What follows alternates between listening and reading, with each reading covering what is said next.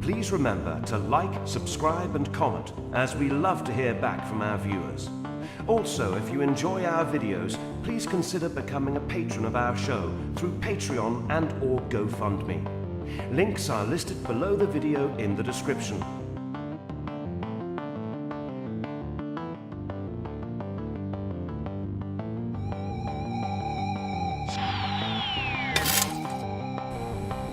From the deepest, darkest recesses of Dangerous Nerds headquarters, Keith Moncrief and Gerry Kissell. Go so crazy somewhere else. We're all stocked up here. That's pretty good.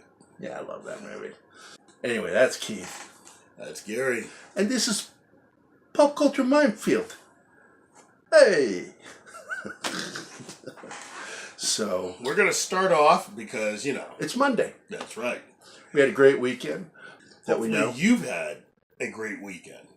I know that there were some sad deaths in our region from these storms. In fact, we had one on Wednesday, that local in Springfield. So our heart goes out to anybody that was hurt, their property damage in all these storms. But we live in Tornado Alley, man. Yeah. I was in Arizona and I came back here. All we had down there was dust devils. And the occasional haboob. You wanted to go up against Mother Nature's finest. Crazy. That's Keith. That's definitely Gerry. And this is Pop Culture Minefield from Springfield, Missouri. Today we're going to start out with Dan Aykroyd and his idea for a Ghostbusters prequel. Set in the 60s. Which I'm all for it. I'm all for it. But you know they're going to get hit by the diversity crowd. Because they didn't know Zedmore back then. Ernie. Ernie Hudson was a character that came about in the film. Yeah. Looking for a job.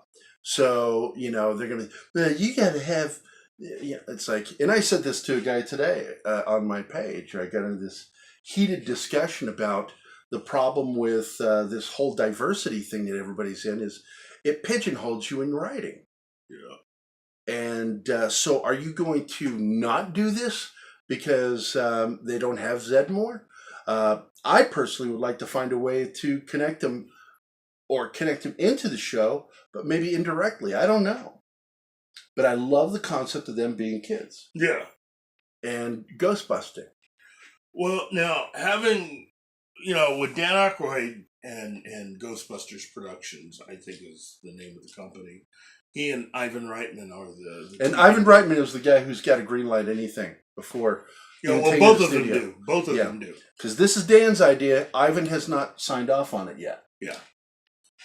So I like the idea of having a prequel to Ghostbusters set in the 60s. So...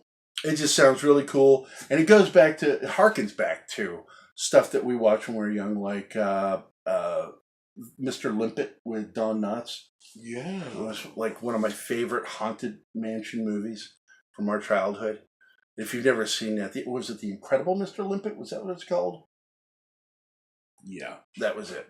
Yeah, The Incredible Mr. Limpet, because Look, kids, Don Knotts. Very talented individual, one of his better movies. You need to check it out. In fact, those of you who have kids can actually sit down and watch that movie with them. That movie, and another favorite of mine that's sort of in the same realm, is Private Eyes with Tim Conway and Don Knotts. The late Tim Conway. The late Tim Conway. Both of them are dead now. Yeah.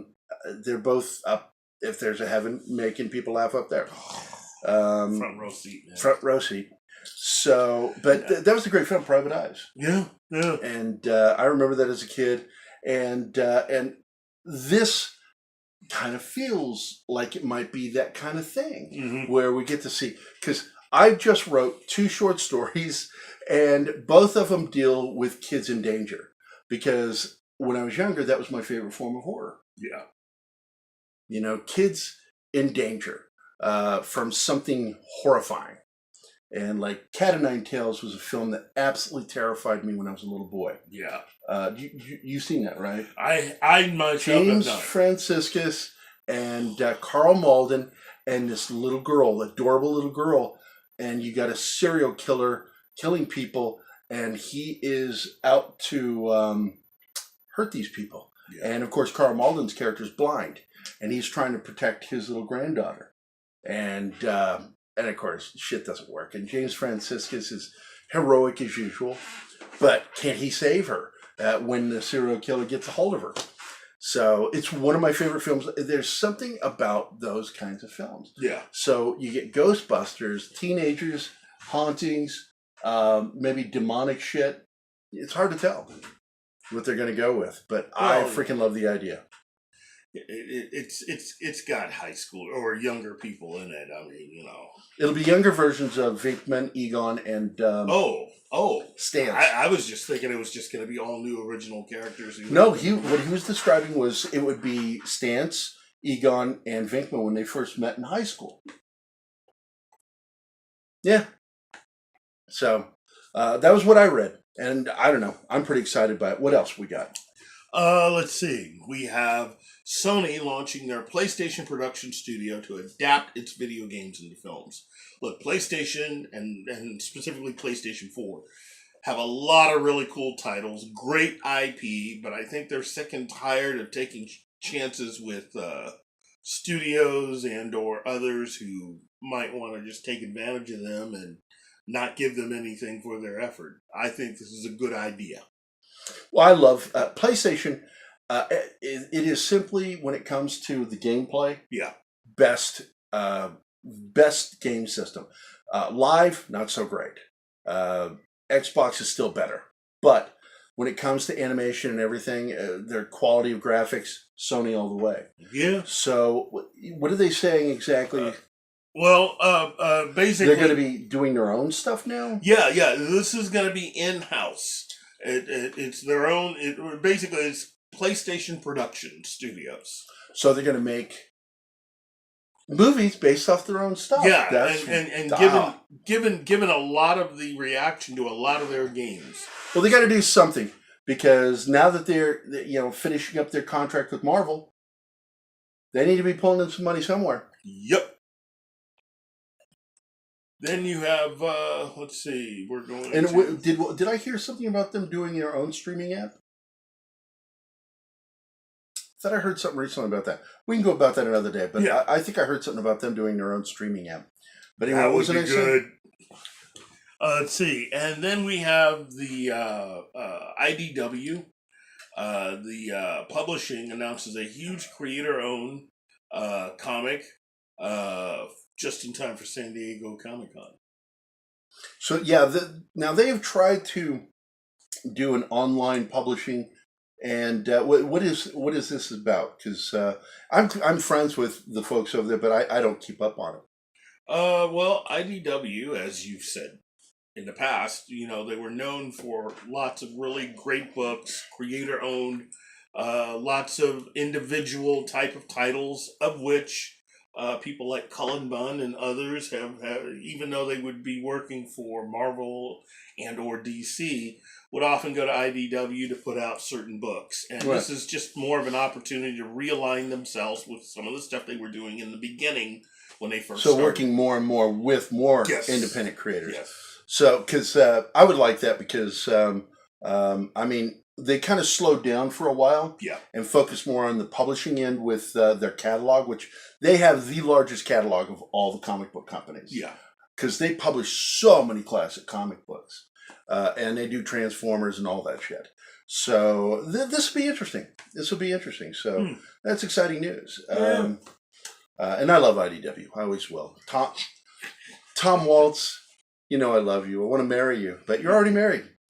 So... Tom Waltz, of course, the senior writer over at IDW. So I love him. He's a good friend of mine. Love fest. My heart. Well, listen, that does it for this episode. Pop Culture Minefield. And that's Keith. And that's Gary. I think. I'm never totally sure with us. Which one's which?